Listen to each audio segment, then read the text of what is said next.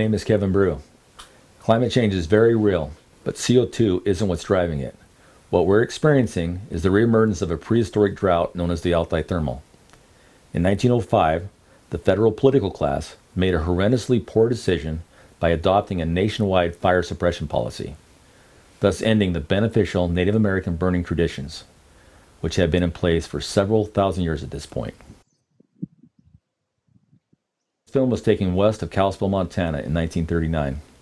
It reveals a forest undergoing a tree-type transition. That's Uncle Ori in the white hat. The forest transition was occurring because fire suppression had unintentionally given preference to the fire-intolerant glacial tree species, which only require moist soil to regenerate. Whereas the interglacial ponderosa pine, like the one Uncle Ori and his sawing partner are cutting down, requires some sort of disturbance for regeneration to occur. That disturbance had previously been provided by the former Native American burning. The frequent burning had also prevented the glacial trees from establishing themselves onto the dry areas. Today, thickets of small, unhealthy, fire-intolerant glacial trees dominate many fire-prone aspects throughout the West. This video was taken at a fringe ranch not far from where the 1939 movie was filmed. The growth rates of these Douglas fir stalled several decades ago. This happened because this area is too dry for this tree type to thrive. Worse, the overshading of the forest floor caused the grass to disappear. Currently, there is no cost-effective way to remove only the stunted trees while at the same time encourage the interglacial forest to reoccupy this dry landscape. Reintroducing fire onto this transition forest in its current condition is not an option, as it would only cause further destruction to an already altered ecosystem. A new direction is needed. This conceptual industry will start us down that path. It's designed to repair the co-evolved mechanism by replicating, through mechanical proxy, the functionality of the mastodon.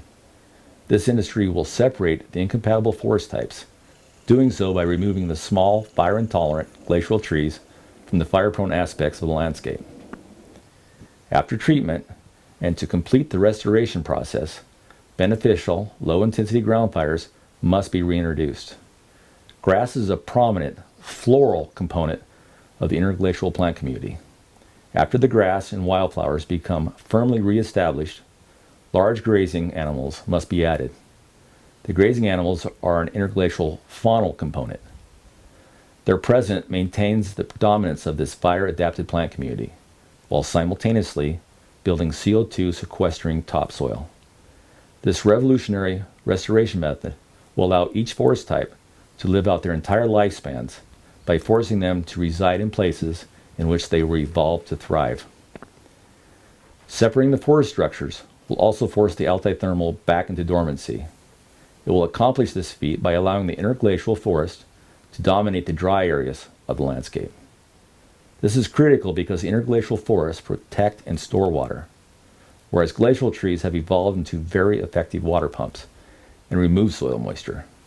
The overstocking of glacial trees within the arid western forest has exponentially increased transpiration rates. This has unnaturally elevated water vapor emissions into the atmosphere.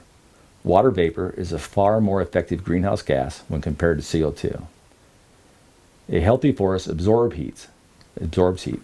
Unfortunately, the glacial tree intrusion into the dry zones has resulted in decades of drought stress for both tree types. The end result has been a massive western forest die-off that continues gaining speed. This deforestation, along with the enormous areas destroyed by the megafires, has drastically diminished forest cover, which has, without a doubt, crippled heat absorption rates. I don't want to give the impression that the glacial forest has no place in the arid West. It does, but it must be forced to reside in areas with elevated moisture, where it can beneficially increase localized humidity levels, which in turn will tame fire behavior. This unprecedented restoration proposal will produce vast quantities of green, renewable energy, along with enormous amounts of structural lumber. The immediate development and adoption of this new way forward will allow future generations the opportunity and the ability to live in harmony with nature. For those seeking a deeper understanding about this breakthrough original theory, may I suggest the following books: Forgotten Fires by Omar Stewart and The Last Old Growth Sawyer, World-Saving Solutions by Kevin Bruch. Both are available on Amazon. There is a limited second option for those who want a signed copy of The Last Old Growth Sawyer, which is available on scottpublishing.com. Please like, subscribe, and hit the notification bell. And also email me with any questions you may have. Thank you for watching.